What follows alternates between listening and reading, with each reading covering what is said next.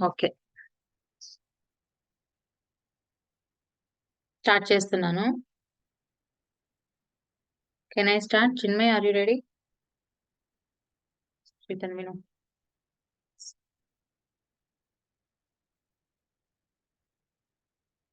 న చ శ్రేయోనుపశ్యామి హత్వా స్వజనమాహవే న కాంక్షే విజయం కృష్ణ న చ రాజ్యం సుఖాని చ. न च श्रेयोनुपश्यामि न च श्रेयोनुपश्यामि हत्वा स्वजनमाहवे हत्वा स्वजनमाहवे न काङ्क्षे विजयं कृष्ण न काङ्क्षे विजयं कृष्ण न च राज्यं सुखानि च न च राज्यं सुखानि च. అంటే అర్జునుడు ఏమంటున్నాడంటే, ఈ యుద్ధం చేయడం వల్ల ఉపయోగం ఏంటి? ఎవరికి మంచి జరుగుతుంది? మన సొంత వాళ్ళనే, మన స్వజనులనే చంపుకోవడం వల్ల, హత్య చేసుకోవడం వల్ల ఉపయోగం ఏమిటి? ఎవరికి మంచి జరుగుతుంది దానివల్ల? నా కాంక్షే విజయం కృష్ణ. నాకు విజయం, నేను అందరిని చంపేసి యుద్ధంలో గెలిచి ఆ గెలుపు మీద నాకు ఆశ లేదు. నచరాజ్యం సుఖానిచ, అంటే ఈ రాజ్యం మీద గాని, ఈ రాజ్యం రాజ్యం పొందినందుకు, నేను గెలిచిన తర్వాత రాజ్యం పొందినందుకు ఈ రాజ్య భోగాలు అనుభవించే ఆ సుఖాల మీద గాని నాకు ఎలాంటి ఆశ లేదు కృష్ణ అని చెప్తున్నాడు అర్జునుడు.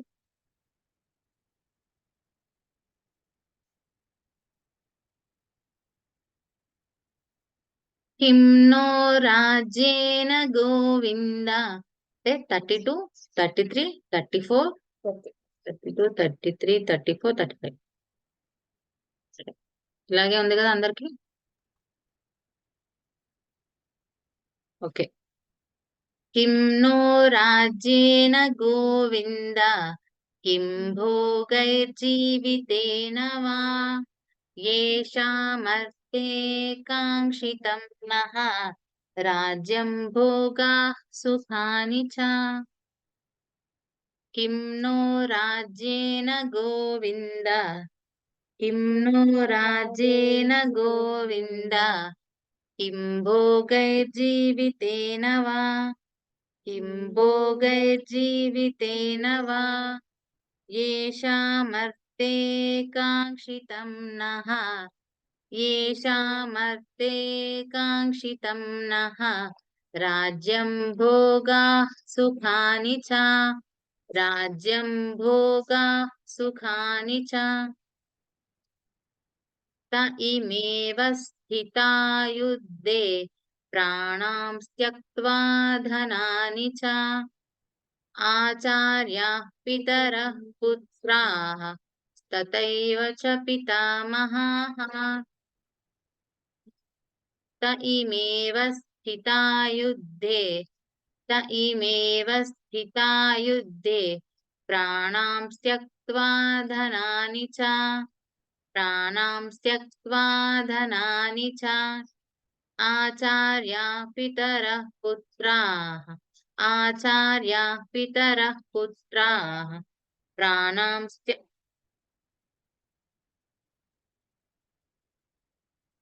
तथैव च पितामहाः तथैव च पितामहाः.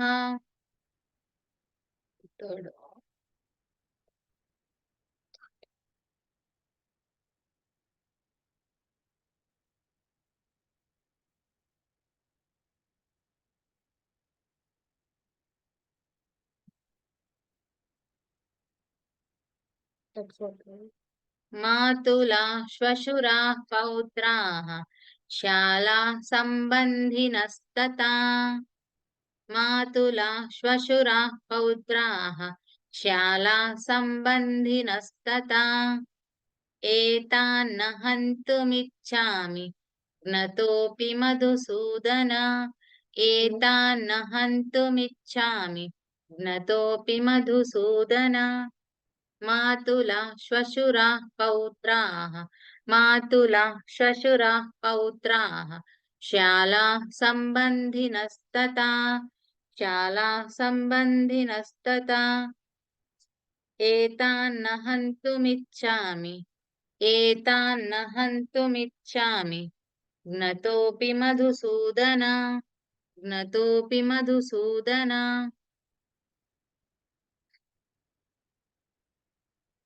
अपि त्रैलोक्यराज्यस्य अपि त्रैलोक्यराज्यस्य हेतो किं नु महे कृते हेतो किं नु मही कृते निहत्य धार्तराष्ट्रान्नः निहत्य धार्तराष्ट्रान्नः का प्रीतिः स्याज्जनार्दन का प्रीतिः स्याज्जनार्दन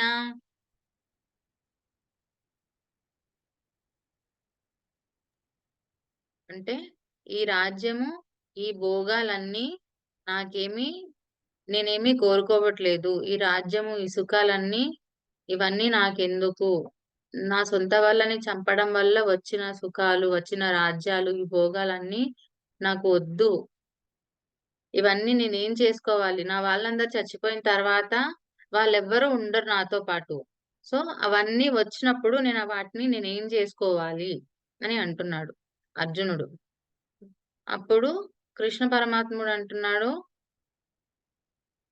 ఈ నువ్వు దేనికోసమైతే వదిలేసుకుంటున్నావో ఈ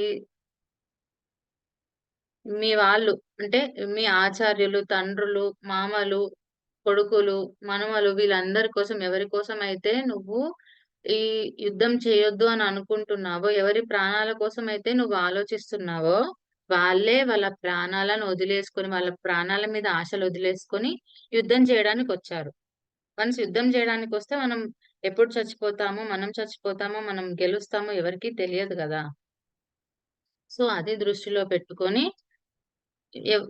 వాళ్ళే వాళ్ళ ప్రాణాల మీద ఆశలు వదిలేసుకొని వచ్చున్నారు నువ్వెందుకు ఆలోచిస్తున్నావు వాళ్ళ ప్రాణాల గురించి అని చెప్పి కృష్ణ పరమాత్ములు చెప్తున్నారన్నమాట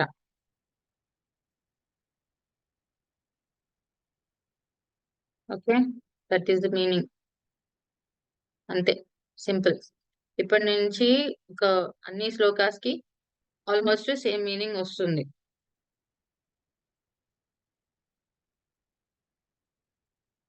ఓకే నేను రిపీట్ చేయిస్తాను చెప్పండి నాతో పాటు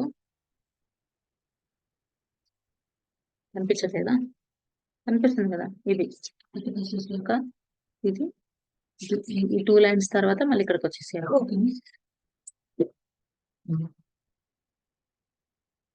సార్ ఇక్కడ సార్ ఈ లైన్ నుంచి ఈ లైన్ నుంచి సార్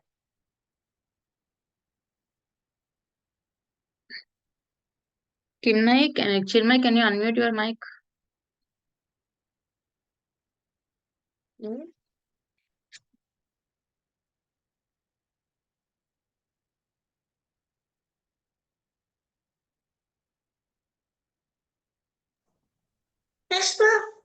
ఓకే నేను చెప్తాను రిపీట్ చేయండి నాతో పాటు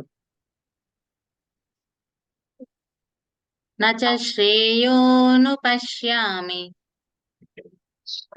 శ్రేయోనుపశ్యామి హత్వా స్వజనమాహవే హత్వా స్వజనమాహవే మీరు కూడా చెప్పండి నచ శ్రేయోను పశ్యామి శ్రేయోనుపశ్యామి హత్వా స్వజనమాహవే హత్వా స్వజనమాహవే నకాంక్షే విజయం కృష్ణ నకాంక్షే విజయం కృష్ణ నచ రాజ్యం సుఖాని చ నచరాజ్యం సుఖాని చ నచ రాజ్యం సుఖాని చ నచరాజ్యం సుఖాని చ నచ శ్రేయోను పశ్యామి శ్రేయోనుపశ్యామి न च श्रेयोनुपश्यामि न च श्रेयोनुपश्यामि हत्वा स्वजनमाहवे हत्वा स्वजनमाहवे हत्वा स्वजनमाहवे हत्वा स्वजनमाहवे न काङ्क्षे विजयं कृष्ण न कांक्षे विजयं कृष्ण न काङ्क्षे विजयं कृष्ण न कांक्षे विजयं कृष्ण न च राज्यं सुखानि च न च राज्यं सुखानि च न च राज्यं सुखानि च न च राज्यं सुखानि च किं नो राज्येन गोविन्द किं नो राज्येन गोविन्द किं भोगैर्जीवितेन वा किं भोगैर्जीविते न वा येषामर्थे काङ्क्षितं नः येषामर्थे काङ्क्षितं नः राज्यं भोगाः सुखानि च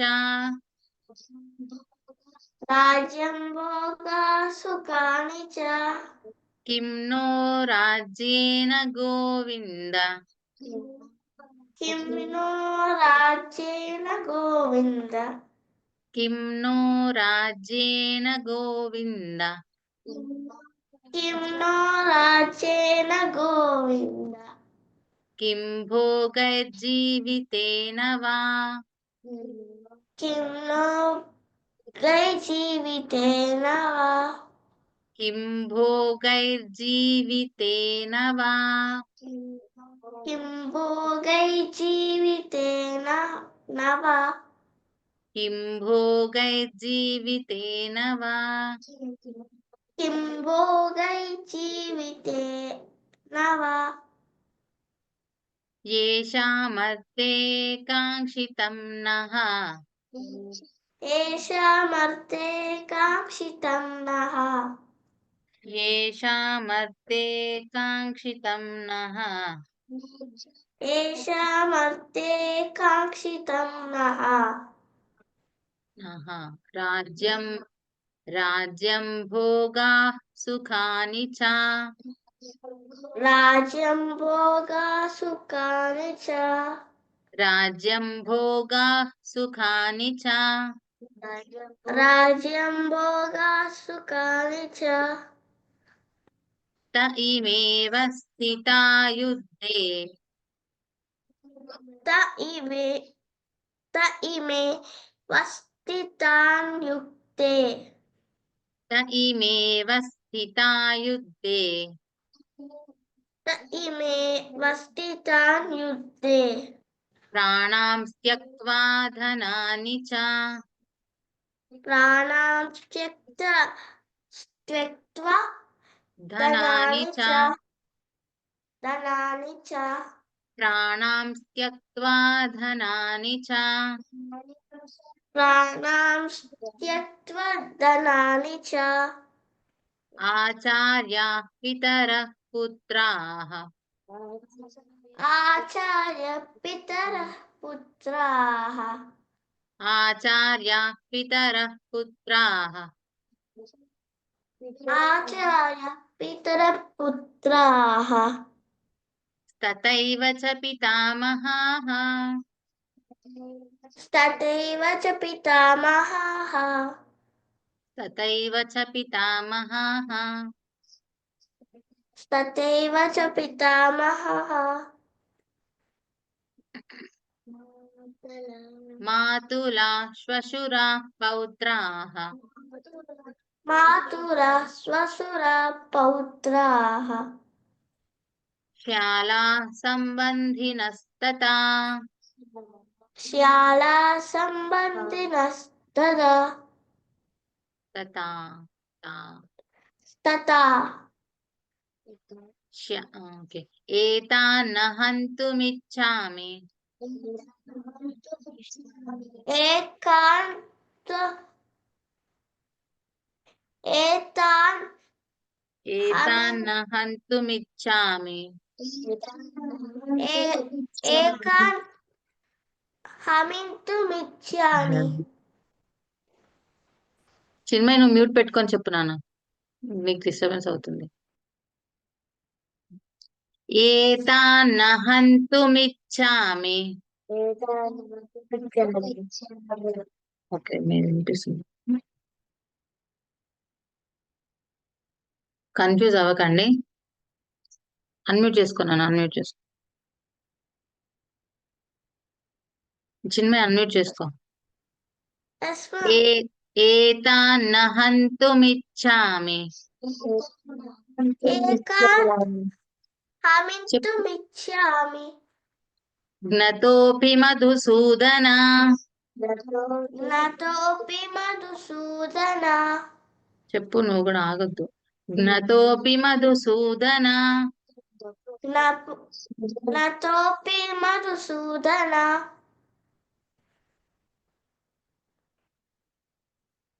अपि त्रैलोक्यराज्यस्य. अपि त्रैलोक्यराज्यस्य अपि त्रैलोक्यराज्यस्य अपि त्रैलोक्यराज्यस्य हेतोः किं नु मही कृते. एको तिम्नु महीपते కాదు కాదు, हेतोः किं नु मही कृते. एतो किम्नु महीकृते हेतोः किं नु मही कृते.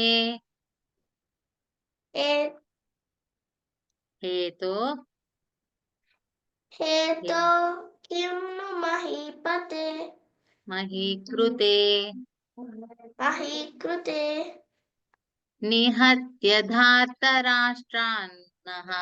निहत्य निहत्य दात సరిగ్గా निहत्य వినండి, दात సరిగ్గా చెప్పండి.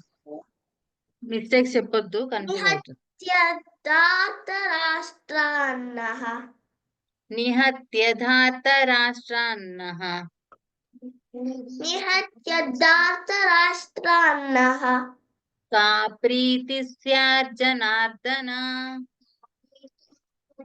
कापि दृश्या जरात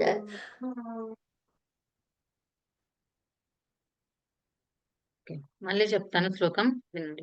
अपि त्रैलोक्यराज्यस्य अपि त्रैलोक्यराज्यस्य अपि त्रैलोक्यराज्यस्य अपि त्रैलोक्यराज्यस्य हेतोः किं नु मही कृते. हेतो किं नु महीकृते हेतोः किं नु मही कृते.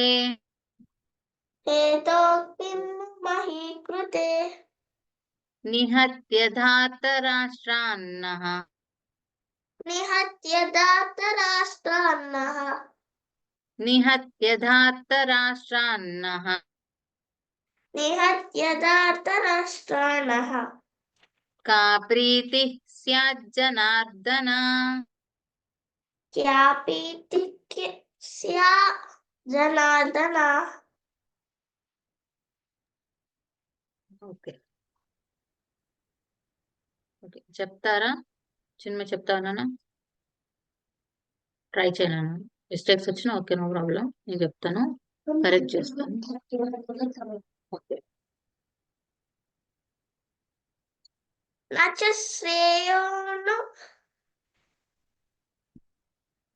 न च श्रेयोनु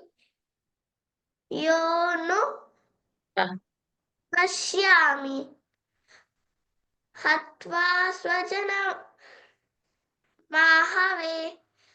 न कांक्षे विजयं कृष्ण न च राज्यं सुखानि च किं नो राज्येन गोविन्द किं वो जीवितेन वा किं भोगैर्जीवितेन वा.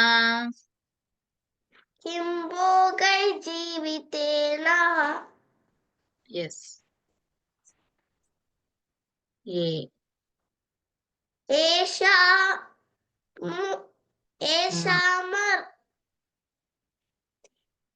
ఏషామర్తే కాంక్షితం నః నచ రాజ్యం సుఖాని చ. అది కాదు. రాజ్యం భోగా సుఖాని చ. రాజ్యం భోగా సుఖాని చ.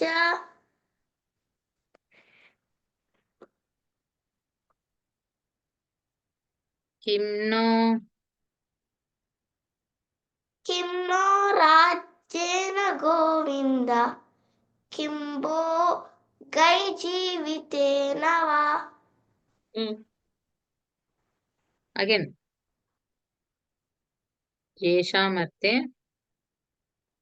ఏషామర్తే కాంక్షితం నః నచ రాజ్యం సుఖాని చ కిం భో రాజ్యేన గోవింద కిం భోగై జీవితే నవా. నవా. ఏషామర్తే కాంక్షితం నః రాజ్యం భోగా సుఖాని చ.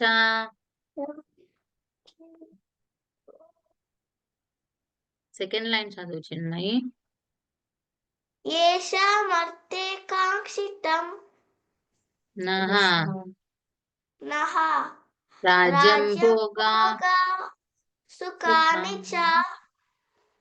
సెకండ్ లైన్ మళ్ళీ చదువు. ఏషామర్తే కాంక్షితం నః రాజ్యం భోగా సుఖాని చ.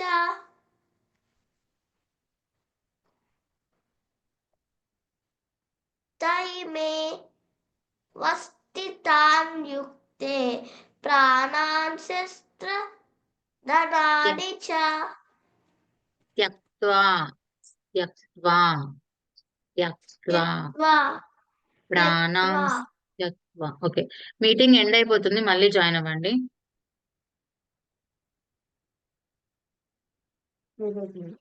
మళ్ళీ జాయిన్ అవ్వండి.